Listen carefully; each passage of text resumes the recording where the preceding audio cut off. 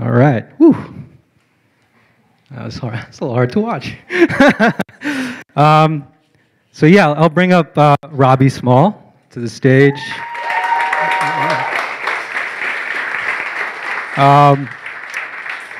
So we'll take some questions from anyone in the audience, and then we'll probably kick it back to Landon, who will read us some questions from our live stream audience. I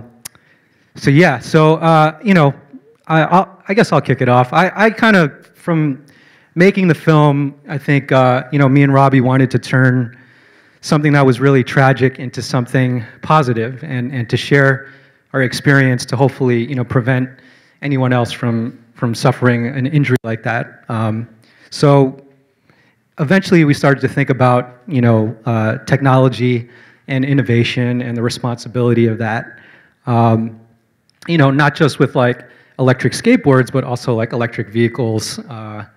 Some of you may have heard of the first Tesla fatality that happened in June, where someone, from Ohio was riding the car in Florida and had it on autopilot, and it didn't turn in time, or like a truck cut it off, and basically a crash happened. So, I think for us, the messaging with some of the commercial boards that are on the market is that they show a lot of riders without helmets, and a lot of these riders have never been on a skateboard before. They don't even know how to balance. There's a lot of videos where they gift people, try the board, and they've never stood on a skateboard or a longboard. So, some of that stuff is a little bit troubling, especially since electric skateboarding is such a new thing. So that's something that we wanted to kind of cover in the film. So, does anyone have any questions right now? Yeah. Oh, sorry. I'm going to pass so for our live stream audience, they'll only be able to hear you with the microphone. So I'm going to pass the microphone, and then you ask the question. Robbie, are you going to skate again? Please say no. So I was at the skate park yesterday. I am back out skateboarding. I am now wearing a helmet. I did not previously. Since I was little, I haven't been wearing one in the past few years, but now I don't step on one, period, without a helmet on. But I have gotten back to skateboarding. I'm sticking with stuff that I got on lock, so things that I can feel comfortable doing without feeling like I'm putting myself in danger. I know, I feel the same way, but that's another discussion. Okay, Emily. So I grew up in the culture of skateboarders and being cool and all that stuff. Can you tell us a little bit about growing up in that culture and how things are going to be different moving forward, as far as communicating the importance of it and what's cool at the skate park, and how we can help kind of communicate that message to future skateboarders? Cool. So I got a couple of my homies here that I've grown up skateboarding with like forever. I'm not a cool kid. That's not my thing. So that's not really what I'm worried about. It's more of just do what you need to do to feel comfortable with riding a board. So yeah, just be safe pretty much is what it is. Like, you're not out there to be the cool kid. You're out there to have fun. And to feel comfortable, I wear a helmet, so that way I know I'm not hurting myself. The story about yesterday, though, at the skate park. Oh, okay. Yeah, so I was out at the skate park yesterday, and there was a dude with an electric longboard, and he, kind of an older guy, probably between 40 and 50, older guy. Older guy at the skate park. Yeah, so he had some kids with him, and his kids were wearing his helmet, or that's what he told me. So he didn't have one on, and he was kind of riding it around, and a lot of kids were asking if they could ride his board, and he was kind of looking a little uneasy about it. So I had my nasty, sweaty helmet on, and I said, hey, you should probably be wearing one. I started off a little bit nicer. I'm not a person to really get in your face type of thing about something like that. That's not who I am. So I just kind of said, yo, you should be careful, and then kind of got to the story and he said, oh, you're that guy. I said, yeah, That's me. And I said, yeah, if these kids want to ride your board, they can borrow my helmet so that way they can be safe. So he knocked the speed down on his boosted board, and I lent out my helmet to some kids for a few minutes so I could get back to what I was doing afterwards. But I let them wear it, and that way he felt comfortable letting him ride. I felt comfortable watching. And yeah, for him, it's more, he's got kids, he's out at the skate park. Be a role model at that point. So yeah, I told him that he should probably be wearing one and things like that, yeah.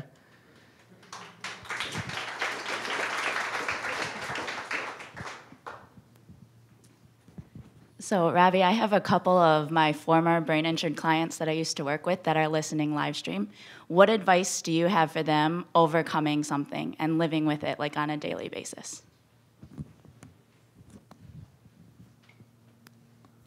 Yeah, so that's definitely something hard. I historically have been injured a lot. Anyone that's known me for a long amount of time knows that. Even people here at Duo, they've seen a lot of my injuries and things like that. So this is different. Regular injuries, you heal and it kind of goes away. Brain injuries, there's lasting impressions. I lost my sense of smell. I kind of have it a little bit, but it's pretty gone. I got some other weird stuff going on, but a lot of it is don't let it stop you from doing what you love. Obviously be safe, but like skateboarding is my passion. It's something that I really care about, and it's something that I'm not willing to give up.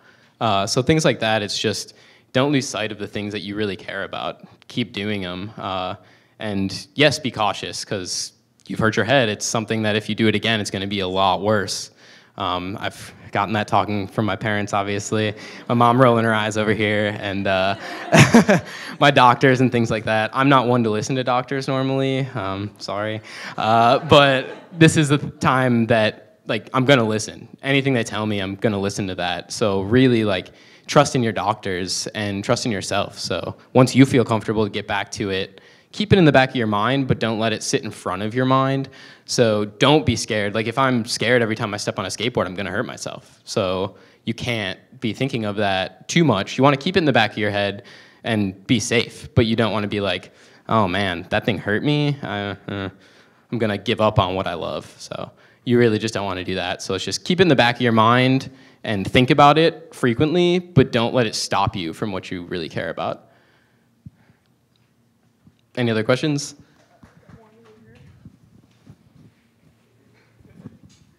I'm just curious, what was your reaction when you first saw the footage of this? Yours too. Yeah, we should start with Rick on that. Ooh, okay. Yeah, so it took me a while to watch the footage, obviously. I think anyone in this room would be a little hesitant about watching something that was severely traumatic and life-changing. But eventually, as Robbie started to recover, you know, and things were really looking up and positive, there was a moment where I knew that we had to confront it. So I told him, you know, we have to watch it together. You know, like let's make a pact that we'll watch it at the same time, just so, you know, we can kind of be there for each other. But yeah, so we, one day when he got back to work, which, you know, was a month or 2 months afterwards. 8 weeks, yeah, like 2 months. And we were just in the office after work, and I was like, dude, you want to watch the crash footage? And he's like, sure. And so we watched it, and it was pretty tough, but it was pretty tough for me. I mean, I think like Robbie didn't remember what happened, right? But when I saw it, it kept replaying in my head, and that, like I say in the documentary, is the scariest thing that I've ever had to witness, and really one of the worst things I've ever had to go through. And it was just a very traumatic thing. You know, it's a different thing, you know, like it's a different kind of like feeling. But I guess, after we kind of got through watching it, we sort of studied it a little bit, like trying to figure out how exactly he landed, how he hit his head, where did the board go, what, and it was, I don't know, it felt like, the first time watching it was like in slow motion, and then after that, it just felt like, wow, that was really fast, like that just happened. So that was my feeling. Yeah, so pretty similar to that. So I have no recollection of the first 3 days, so I'll start off with that. I don't remember anything. A lot of the stuff that we talked about in the film, I don't remember what happened there. So I did have a memory of what I thought had happened right before I hit the ground. And I kind of told my parents in the hospital. I remember probably repeating that 1,000 times because I don't, yeah. And so I first of all wanted to check and see if my memory had matched up, and it actually kind of did, which was pretty crazy. And then, yeah, I'm someone that I don't like to see really bad injuries. It really grosses me out, but this was a little bit different. Being a skateboarder, like a huge part of skateboarding is learning how to fall. So for me, it was almost like studying game film for someone that plays another sport. You want to know what you could have done. And I mean, in this situation, there really wasn't anything that I could have done, at least in that split second. So that was my first take, was like, what could I have done to prevent this? And then it was just, it was pretty scary. The first time I saw it, so we watched it a couple times. The first time I was like, that didn't look too terrible. It was bad. And then the second time I was like, okay, that was really bad. But it's a learning experience. It's something that once it happens, you gotta keep that in mind and just be safe around it, because it was a speed wobbles. That's the thing in skateboarding. You start going too fast, your board gets out of control. So that's kind of what caused it a little bit. But it's just, yeah, I wanted to have some takeaways of just things that I could have done to prevent it. So I was trying to watch it from that, but it was really tough to see. But it was something that we definitely needed to see. And I kind of wanted to study it, so that was partially why I wanted to see it as well. I think Mike, do you so. Yeah. Pete.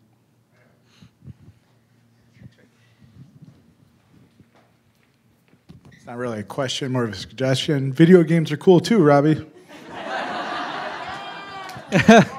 Yes.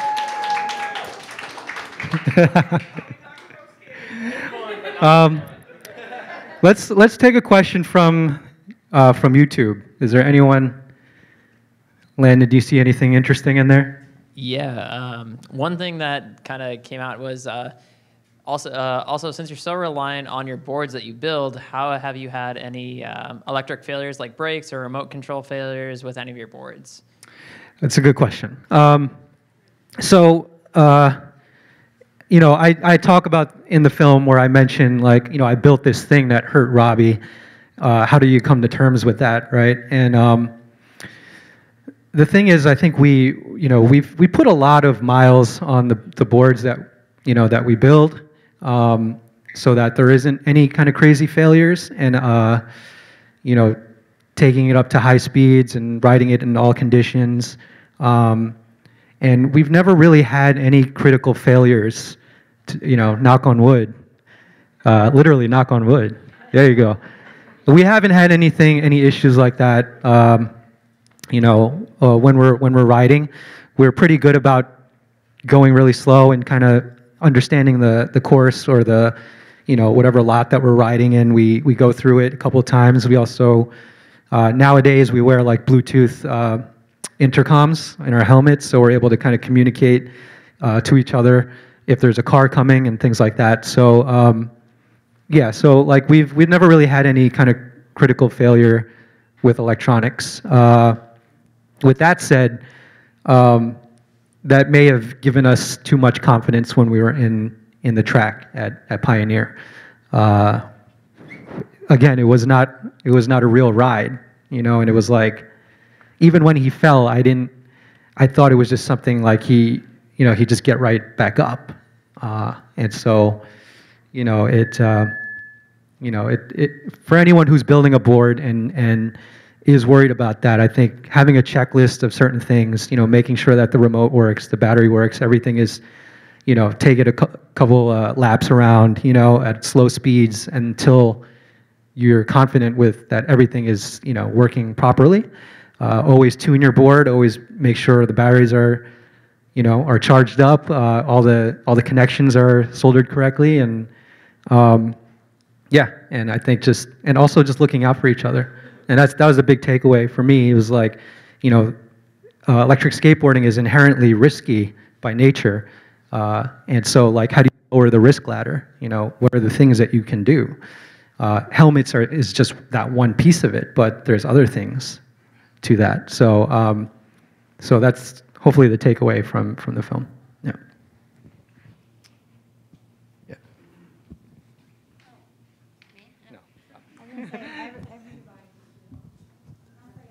So I had a question. I've worked with Robbie for like 6 months at least before this accident. And when he came back, I didn't really notice any difference. So my question is, do you feel like this has had a permanent physical impact on you, like mentally? Because I can't tell.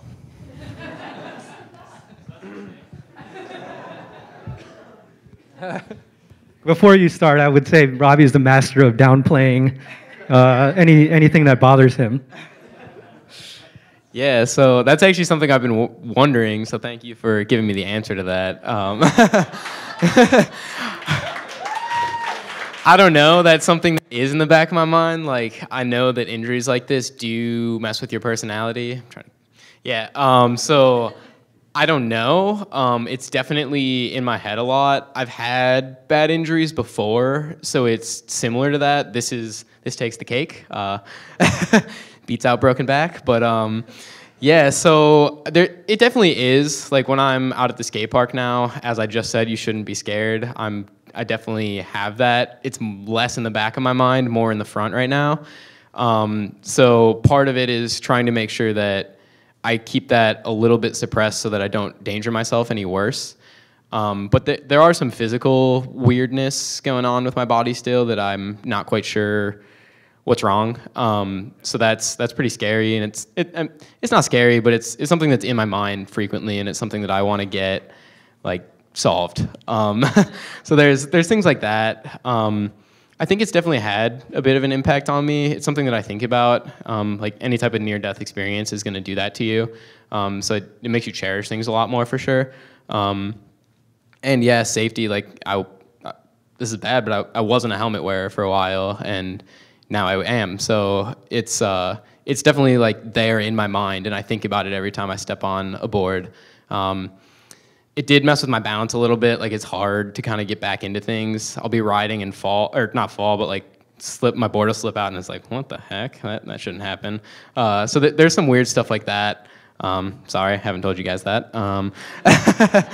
But yeah, so there's some weirdness for sure, but I hope that it hasn't changed my personality or anything like that. So sweet.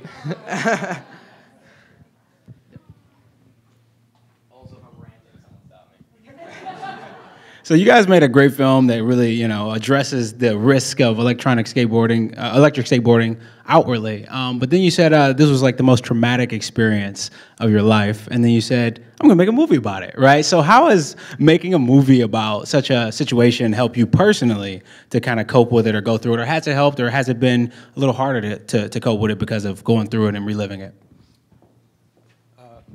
Yeah, so for those that know me, the best way I can articulate myself is usually through video. I'm not really that great at speaking and communicating, so video is sort of like my outlet, the way I express myself. Strangely enough, a lot of the films that have reached me emotionally have been stuff where a crisis has happened, or a friend has been hurt, or something affected me personally, and that kind of sparked all of these obsessions to create something to share that experience and kind of like shape it, because some of those feelings I didn't really understand after it happened. It wasn't like, oh, I should have my camera in the hospital so we can have this great footage to cut into them, although that's in the back of my head, like, oh, what if we did have that, but this by far being an active participant, I think, had I been a third party or someone maybe a step removed from what happened, I think I could have approached it more subjectively, where I can like not really feel super sensitive to certain things and super emotional to certain things. But the fact that I was like a character in this thing, it's like it was really strange, but also something that presented a challenge for me if I can articulate not only what we went through, but also how can we, what is the messaging here, you know? And I think the messaging was about, you know, a couple of things, but technology and responsibility, and innovation and responsibility, you know, and it's not just about selling these e-boards, it's about how to change the culture so that helmets are just a part of e-skate culture, because it's still brand new. The problem is when you have the mainstream companies marketing it to people, the general public who are not skaters, have never been on a board, and they don't have any helmets, and they're not showing helmets. And it's the easiest thing to do is just show a helmet on your riders, on your Instagram, on your Twitter, on your marketing materials. Like, isn't legal, like, looking at any of this? Like, you know, it just kind of like blows my mind. They're just so concerned with selling boards that the safety gets pushed away. And, you know, so I think that's what the movie ultimately, that was the message that we were trying to get across.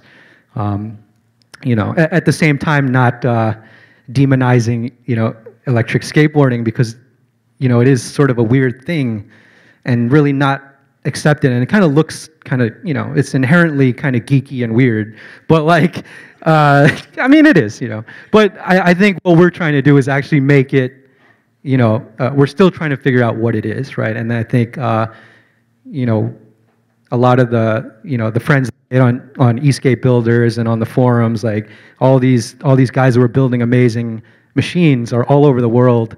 And I think, you know, the DIY scene is really great about communicating safety and like looking out for each other. And so if that culture is transformed and brought to the mainstream, I think that's where, you know, this will get a little bit more popular, and we won't see someone get really hurt. It won't take like a celebrity fatality on an electric skateboard to bring awareness. Like, it'll just sort of be part of the culture. So that's, you know, that's the long-term goal of the film. Right now, it was just to get you guys in here.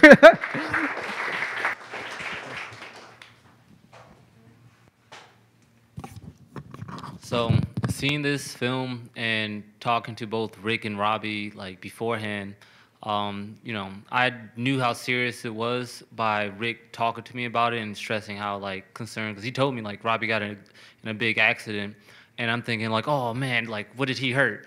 And he's like, no, it's serious. Like, I'm scared, and I don't know what his condition is in. And that's when I was like, this is serious. We actually have to be careful, because not only are we trying to do something for fun, but people are looking at this and they want to go out for it, and we have to be the perfect example for that. And seeing how bad that accident was and everything that you had to go through, like, I still can't imagine that. I've never really had a serious injury like that. And I know a lot of people who will still not wear a helmet because they're worried about the stigma of looking lame and not being able to do anything. And it's not even about that. It's about protecting your vessel and what's really important. And like luckily, Robbie's okay, you know, and that's important.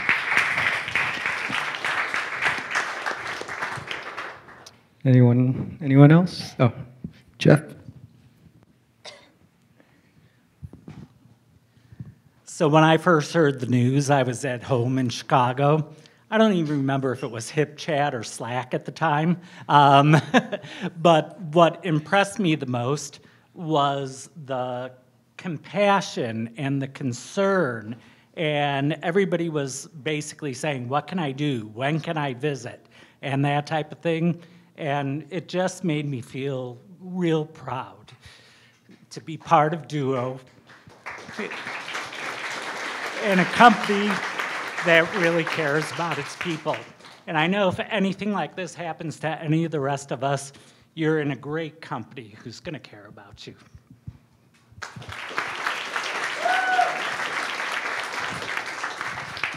Yeah, 100%, like, duo really rallied together for Robbie. I mean, everyone, right? I can't even. We're not, just everybody like came together for this. And the question. Oh, Zach has a question. Yes. Robbie, I just wanted to piggyback off of what Jeff said. And as awesome as it was to see how Duo responded, super proud to be part of this group. It was equally as awesome to see your parents' response. You're really lucky. I hope you know that. And the two of you, it was really remarkable to see you guys there day in and day out. Robbie, I'm sure you loved living with them again. So I definitely think the two of you and your entire family deserve a round of applause because you guys, that was awesome. Yes. Yeah. Thank you, Missy and Richard, for. I mean, it was like a really bad moment for all of us, but I'm super thankful to have gotten very close to you guys and to your family, and for, sort of, it's hard to explain, but, it's something that I'm just so happy that we're like lifelong friends. Yeah, so you guys already know. Thank you so much.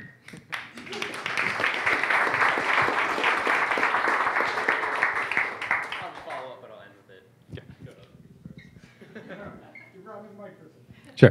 All right, I'll do it now. Yeah, I just want another round of applause for Rick here.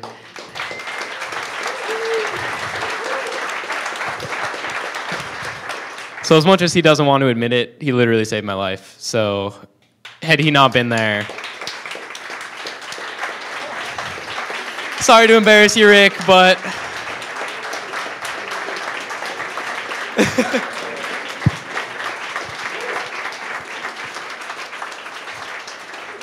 Everyone can sit now.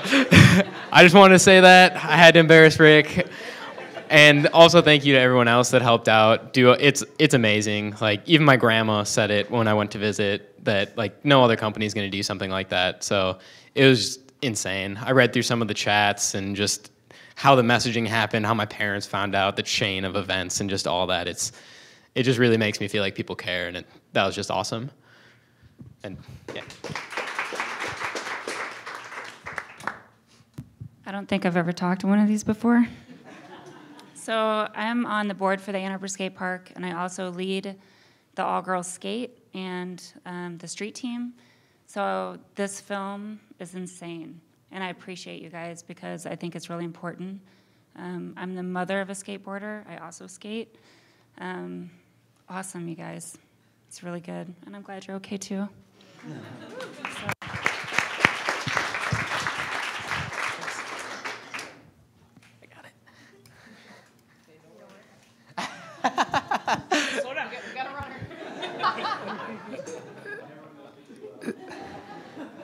So have you guys thought about contacting people who have a lot of influence in e-skating, just making it public, like Casey Neistat, and sending them this film and encouraging them to wear a helmet in their videos?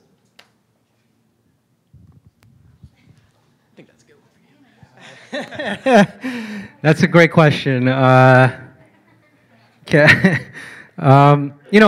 I know I sort of showed a lot of Casey Neistat videos, and he, super huge influencer. Probably the main reason electric skateboarding has gotten so popular because of his videos with the boosted. That's probably why I got into it, just from seeing all the awesome videos he's done. It's a tough thing because, like, on one hand he's Casey Neistat, and that's just kind of like one of the many things that he does that's maybe not safe, but also like the guy, it would be hard to, tell him to wear a helmet, right, for whatever reason. But I think stuff like this, where we create movies and we sort of like show the culture of just wearing helmets, is just part of what we do, I think will influence others who are looking to build boards or buy boards. And I think, it's slowly growing, like I said, on the forums, on eSkate Builders and on Endless Sphere and all the DIY guys who are like making these boards and evangelizing the sport, just wearing helmets. And it's really awesome because a lot of the safety stuff that's happening within the scene really, it sort of had an uptick as soon as I shared, the story about Robbie, which just started as a thread. It was just like a post where like, this crazy thing happened, and the thread turned into like helmet safety, and then it turned into this film. So, I think a lot of us who are involved with skaters or no skaters or skate, I think we all have a story, a personal story about someone who got injured or, and I think sharing those personal stories goes a much longer way than reading like a disclaimer, on your electric skateboard box that says, here are the safety guidelines, like no one reads that, right? So sharing these stories and like, keeping each other safe is what it's all about. I should have said, oh, you didn't bring your helmet? Okay, let's go play basketball or something. Like, screw it, and yeah, something that simple. So that's what I look back on now. Like, if I don't feel right about something, it's just not going to happen. And I think you got to trust your instincts and just go with that to keep everyone safe. Yeah.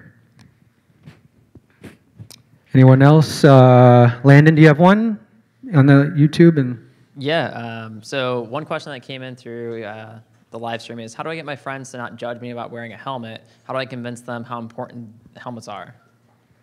Great question. So my response would be just don't give a crap what your friends think.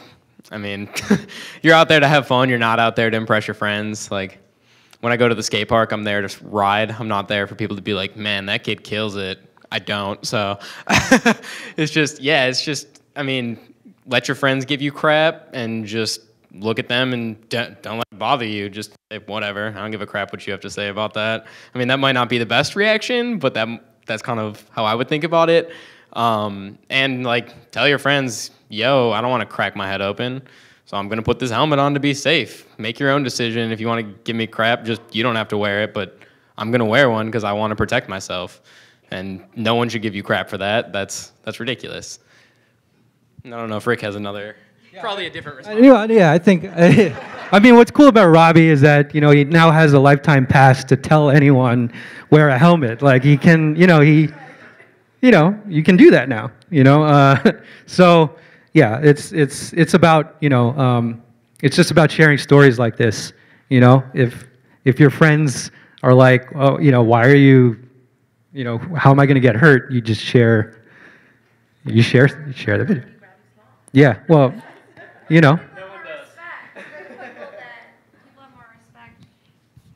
Sorry. I think that from an outsider's, I'm a sister to a brother who skates all the time and jumps off buildings and does crazy shit all the time. And basically, my perspective as an outsider is I have more respect for the people that do wear helmets and don't give a shit about what other people think.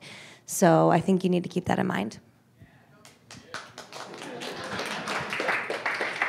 Well said.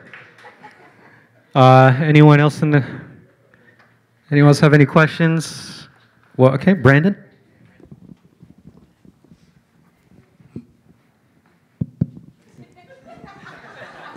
So being an older brother and a parent, I'm curious, not necessarily, this film, obviously it hits adults, but for kids that maybe, they watch this and they maybe wouldn't watch it, but how do you advocate it to a younger group of people that maybe don't get the emotion behind it, that are just doing it to just, they go out and they skate, they want to do the cool thing, and they're not thinking about all the safety things. How do you advocate it to a younger group of people outside of the older group? So, this is a good question. And, so Nancy and I have a 7-year-old daughter. And, obviously we didn't show her the film, but we definitely kept her in the best way that I can explain that a good friend of mine got seriously injured and is in the hospital because he hit his head and he wasn't wearing a helmet. And, and also being an advocate, always wearing a helmet whenever we're skating together, she rides on her scooter. You know, it's like it's just sort of like conditioning her that it's fine. You know, it's just naturally part. You grab your scooter, the helmet goes on with it. You know, and it's to a point now where she'll tell me if someone's not wearing a helmet at, you know, at the skate park, like, oh, it's the only one wearing a helmet. I'm like, good, you know, you should wear a helmet, you know, and it's fine, you know, and it's kind of bringing her around, you know. If I'm going skating with friends, like she sees helmets on them, or if I'm shooting videos, I make sure that everyone has a helmet on. It's, you know, I'm speaking directly to like sort of more the e-skate culture, you know, because I feel like that's the one place that I think there is that, you know, it could go both ways right now. It could be like, you know, no helmets or helmets, but anytime you put a motor on something is, you know, you should be wearing protection. But yeah, so, yeah, I think for anyone with kids, you just find a way to explain it to them. You don't have to show them this, you know, crazy crash footage or crash reels, you know, to get it, you know, like you can explain it to them in your own words, yeah.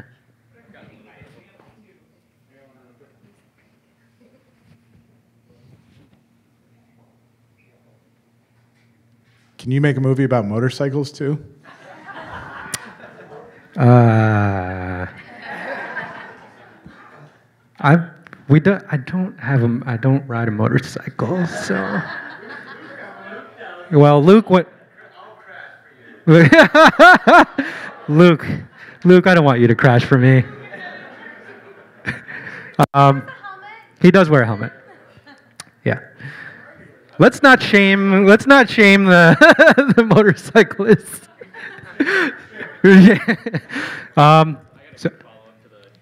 Yeah. So growing up, like we used to make videos. You could see these are some of my homies that I filmed with growing up.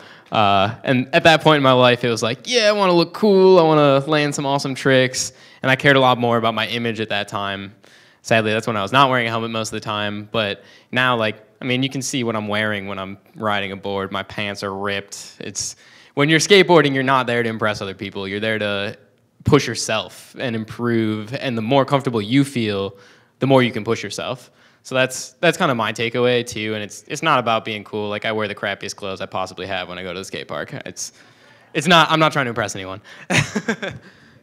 So cool, All right, I think we have time for like 3 more questions. If anyone has anything? Yes. Sorry. Mine isn't really a question, just more of like what I hope can be an inspiration to you. I kind of grew up knowing a lot more than most kids about traumatic brain injury and brain injury in general because my mom had a stroke when I was 6 years old. She was in the military. They told her that she would never be able to work again. She didn't remember how to read, how to write. She was told she'd never be able to drive again. So it's definitely something that is scary and daunting. And I know someone mentioned that earlier, like, you know, how do you inspire people who do have traumatic brain injury? But when I went to school, she wanted to persevere. She said, hey, like, talk to all my teachers. As I was learning how to write, she would take my homework and had copies of it and learned how to write and learned how to read. And when I went to middle school, she went to college. And now she's a special education teacher. So as someone who had been there and understood it, she wanted to be able to give back. And I see how you guys are doing that too. Like you've been through this and you want to give back. So thanks for doing what you're doing. If you ever want to talk to me or talk to my mom about, you know, how she recovered and just, you know, persevering, like never give up. You know, things that you think you may have lost, you haven't lost. Sometimes it just takes a while to find it and get it back. Well said, Nicole. Whew. My goodness. All right. Anyone else? Yeah, you have one or? Oh no, I'll yeah, you're good. Okay. All right. So yeah, I would just want to thank you guys again for coming out. All the filmmakers in attendance, all the skaters, and all of Duo who came out. Yeah, this was was a really special moment to share with you guys. We'll have the link up as well, and we'll share that with everyone. So if you want to send the film to people that you think would get something out of it, feel free to share it with them. And yeah, so thanks again, guys, and have a great night.